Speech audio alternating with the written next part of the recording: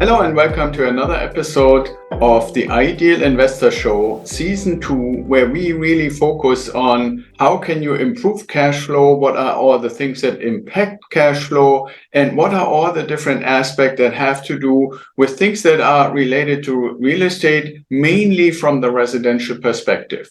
And after looking at some of the theoretical things, we also wanted to make an episode about alternative housing options.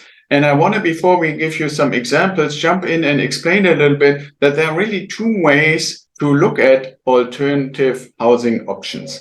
The first one is from a cash flow perspective that looks more at the income, right? So when you're making basically rent income or you're offering some form of housing. So the things that we normally do, as you know, is we're buying single family or duplex, triplex properties. And then we have property management, put a tenant in it, and then we looking for making positive cash flow, the difference between all the expenses and how much rent we're actually getting. And we don't want to do it for anything less than $200, ideally more. So that's the traditional thing. Now, there's one other way to do it with the same kind of property, and that would be having the same property, but instead of putting long-term tenants in it, we could put short-term tenants in it. That is much more seasonal and has different other aspects to consider. But the thing that it can do potentially, if you're in the right location and you have access to the right people that want to stay in your property, you can actually make more cash flow. Well, if there's a downturn or if it's out of season or the weather or whatever might be the reason, you might have no cash flow. But when you look at an annual basis, you have a chance to make more income with the short-term rental than with the long-term rental. But you also pay on the expense side more if you really want to have a great property manager for a short-term rental. We have an awesome guy named Bernie, but he rightfully charges 25% versus 8 to 10% for property management. But all of that is basically the day-to-day traditional stuff that we do all the time. Just think about it. So those are short-term and long-term rentals would be what alternative housing options, which I'm going to show you in a moment here, are out there from the income side. Can we rent short-term or long-term any of those alternative options? The other side of the coin is always when we look at what is our time freedom number. And the time freedom number, just to remind you to come back to that, is when you look at your current living expenses or life expenses, meaning what you pay for food, what you pay for mortgage, what you pay for insurance, what you pay for your car, what you pay for going on vacation, what you pay for your kids, all the kinds of things, clothing, you name it, any of the expenses in your life, you sum that all together and say, this is the number I need, $4,000, $5,000, $3,000, $6,000 a month to cover all of that. And that becomes then your time freedom number where you can say, okay, if I had that amount coming in as passive income, positive cash flow every month from my investments, I wouldn't need to have to exchange time for money or a job any longer. Now, the amount of money that nowadays goes into housing is oftentimes 40, 50, in some rare cases, even 60% of the income that you make. So if there were a way to reduce the cost of housing, that could actually lower your time freedom number, which obviously means you need less investments and you can get to your time freedom point faster. So the other aspect, the second point of view when it comes to alternative housing options is to say, what would happen if I were to choose to live in any one of those alternatives rather than in the traditional house that you would buy for yourself and move in with your family and then pay the mortgage. So those are the two things. How much money can they make and how much money can they save you in your own cost if you were to choose any of those alternatives? Now, there are many, many, many, many different ones. I just tried to pick a few that I think are kind of interesting, and I want to kind of ask you to think about it. Maybe you give some comments when you download this episode, if you listen to it as a podcast or if you see it on YouTube, write in the comments any other options and alternatives that you have seen, or any kind of comments that you have based on what I'm showing you. So I'm going to switch in a slightly different view where I'm sharing a couple of different pages that I prepared for you to just show you how some of these alternative housing options can actually look like. So here we go. So here's the first one that I want to point out, and it's not really so much an alternative housing option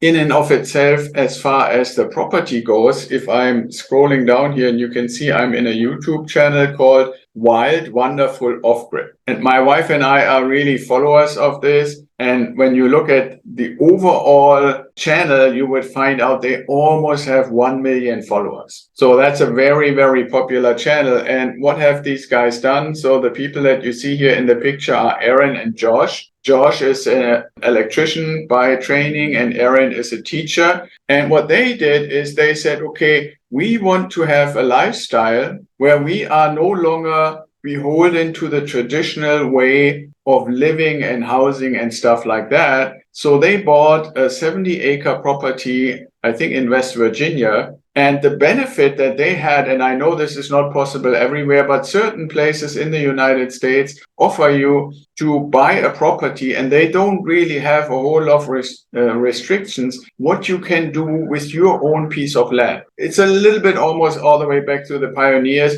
You stake your claim and you could basically build on your claim whatever you wanted. So what these guys actually did, and you can see this here in the background picture, is they built an A-frame house, and they built this really by themselves pretty much. These two, Aaron and Josh, built that by themselves. Now, to be able to do this and lower down the cost of living so that they could use the income, especially from Josh's electrician job, they needed to lower the expenses. And so one thing they decided is they bought an old but pretty large RV, put that on the property where they wanted to build the house, and then started building the house. They started filming how that building is going forward. They ultimately got a big solar system. They got batteries, so they are independent for electricity. Then they got a generator if the solar system once doesn't work, and all these kinds of things that they basically installed. So that's why it's called Wonderful Off-Grid, because they're by now, having run this thing for more than 3 years, are completely off-grid. And now they're expanding the house because they first built it basically without bedrooms. They just wanted to have the main house with the living room and the kitchen and utility rooms and stuff like that, just a place to stay. So get out of the RV and then basically build the second section of the house where the bedrooms will be and a safety shelter, because they can sometimes have pretty nasty weather there in West Virginia. So this alternative is to say, find a place in the country where you can buy a piece of land and you don't have any significant restrictions to build on it what you want in whatever time you want. And you can either do it yourself like these two, or you can find somebody who does want to do it with you. But in the end, what they end up with is basically a traditional house on a 70-acre farm. And that will sustain them another year or two. They will probably be able to completely live off the farm, raise their own vegetables, raise their own livestock, and have their own house, and everything is paid for. Now, I mentioned as a first step that they did was they bought an old RV, put it on the property, and then basically slept in the RV and worked during the day to build the house while Josh went for his job, at least for the first year or so. Now, there are other people who say, I don't want to stay in an RV just because I want to basically develop a property. I want to get out of the fact that a property, the traditional way of having a house that you live in, or even in an apartment, would basically mean you are fixed to a certain location, and other than going on vacation and staying maybe in a hotel or an Airbnb, you are bound to be in that location. So one other alternative in housing would be you buy yourself an RV and you literally live all year long in that RV. And one of the benefits is you can move the RV around. For example, if you say, I don't really like cold weather. Well, in the wintertime, you can have the RV somewhere in Florida or maybe in Arizona. And as the weather gets warmer, you can move it to Minnesota, or you can move it to Vermont or somewhere in the eastern or Canadian states or stuff like that. Over the summer, enjoy that, get to know the countryside and the whole areas out there. And then as soon as the fall comes along, you can move it to warmer climate zones again. Now, when you ask yourself what kind of an RV, you see this one here, which is actually it's a very big one, obviously, that is being pulled by a truck.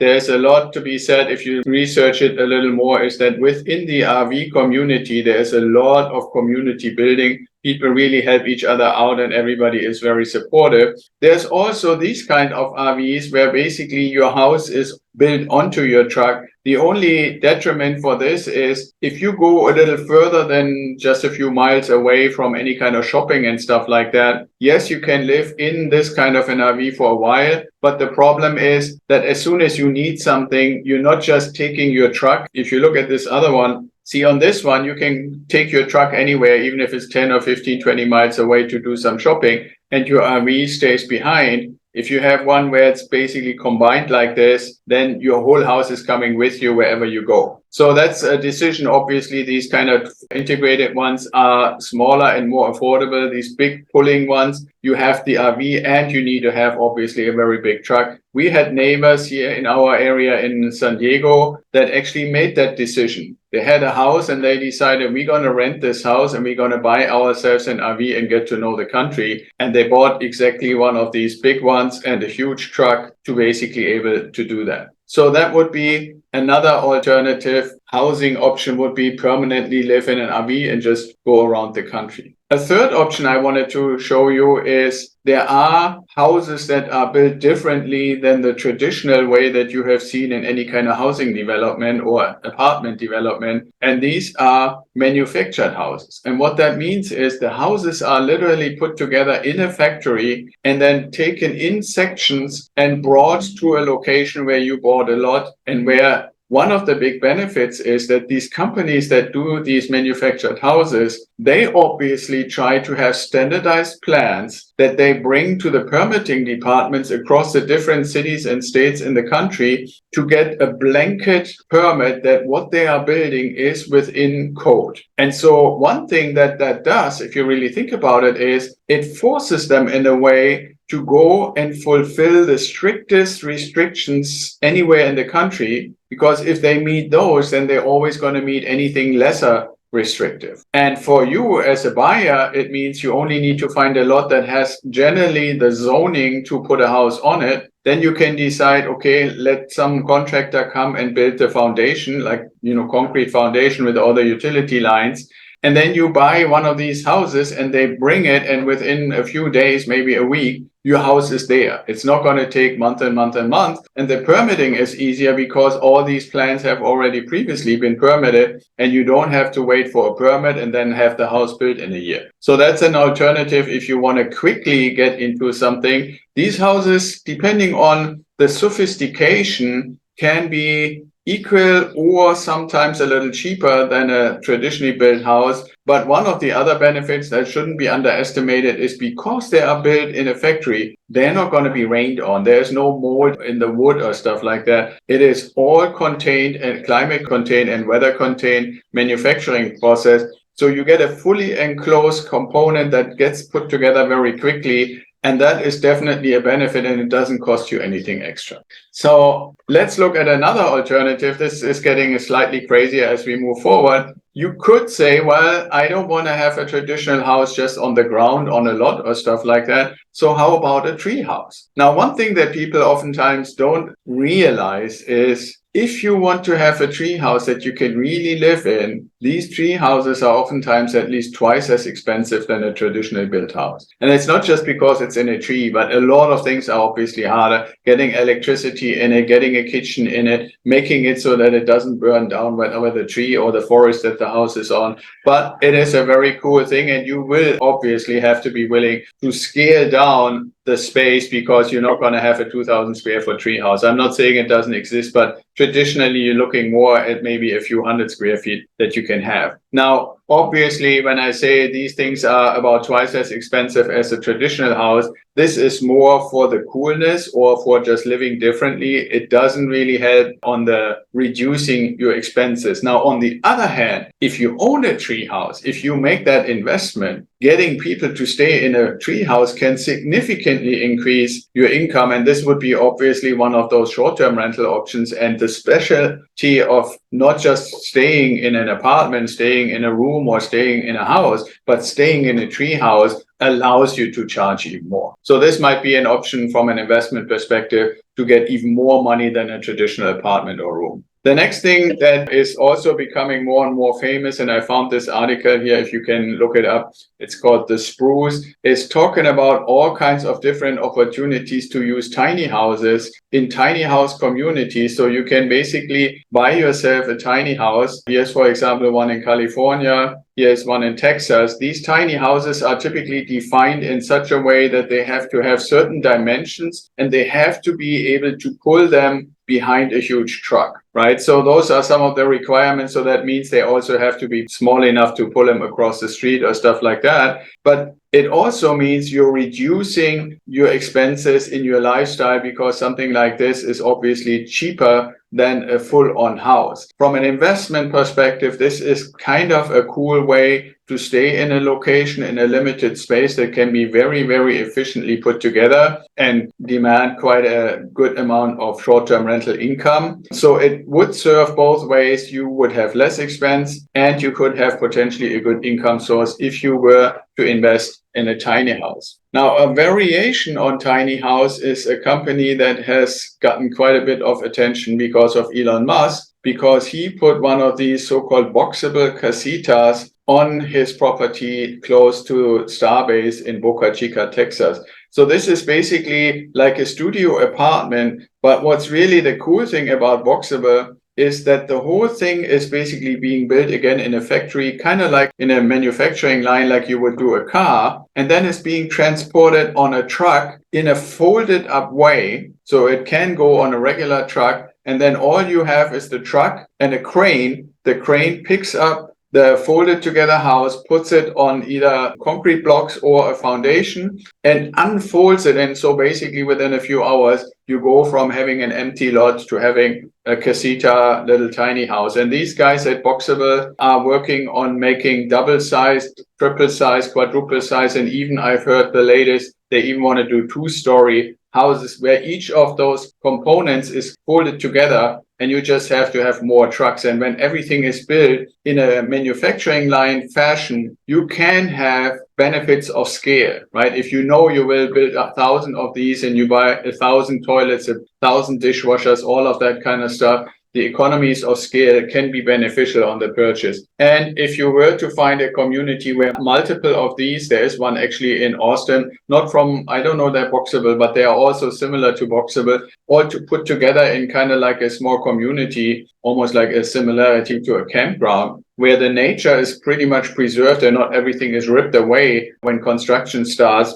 then this could be a very good option both for living in an affordable way as well as a rental option that can give you kind of like the specialty factor. And the last one I wanted to share, this is from a friend of mine by the name of Leslie Horn. She created this company 3 Squared, and I just wanted to show you a few examples. So Cochrane Commons is a commercial complex. This is kind of like a unit out in the woods. There is a house. The Ebeling house is literally a pretty large scale house. You see here 2,600 square feet. The Detroit Shipping Company has one of their houses. There's an Italian kitchen that they built and they made a model center. So what's the deal? What is 3 Squared about? Why did Leslie do this? Well, there are millions and millions and millions of shipping containers out there in the world. And oftentimes they come over from China. They are pretty much brand new containers. They get emptied out and there's no merchandise to go back to China. So we have lots and lots of empty containers that were only used once or very few times. And so you can get these containers anywhere between $3,000 and $5,000. And you can, if you have a company like 3 Squared, put these containers together in all these kind of different arrangements that I showed you some examples. So shipping container houses would also be another alternative. Now, the last one I want to mention, I didn't really find any good images or stuff like that about them, is what's called 3D printed houses. This is basically you printing in a sense with a concrete machine that is computerized the walls of a house. You just put a roof on it and it is kind of like a concrete house. I wanted to mention this because I've oftentimes seen, and especially 2023, we have seen it a lot again, that there are these nasty tornadoes and all kinds of really bad weather incidents where most of the time you have really, really high, strong winds and hail and rain and stuff. And then you see houses destroyed or whole neighborhoods destroyed. Concrete printed house, the worst that could happen is that the roof flies away, but the house is not going to go anywhere. Similar, by the way, to the shipping container houses. When they're properly anchored to the ground, they're not going to go anywhere either. So there are ways to build something alternatively that sustains these more and more crazy weather phenomena. So I hope that gave you a little bit of a idea what we're talking about when we're talking about alternative housing. And I want to remind you, always think about from two perspectives. Number one, how much cash flow income can I make by owning any one of these options? And how much of my living expenses can I potentially reduce if I were to decide to live in one of those places? And again, except for the treehouse, I don't think that would ever make you any less cost because the building cost is so high. But all the other ones could be alternatives to lower your cost, lower your time freedom point number, and therefore reach the time freedom point sooner rather than later. So I hope this was informative. Again, like I said, please download the episode if you saw it as a podcast. Please give us a like and a comment if you see it on YouTube. And I look forward to catch you at the next episode. Be well and stay safe. Thanks for listening, and I hope you enjoyed today's episode of the Ideal Investor Show. More info and the links we mentioned during the show are in the show notes, or you can go to our website at idealwealthgrower.com and sign up for the Apple Podcast link. And if you like to talk to me, sign up for a strategy call. Hopefully you want to share what you learned with your network and bring more people in. We are really eager to hear your comments. And until next time, be well, stay safe, and ciao.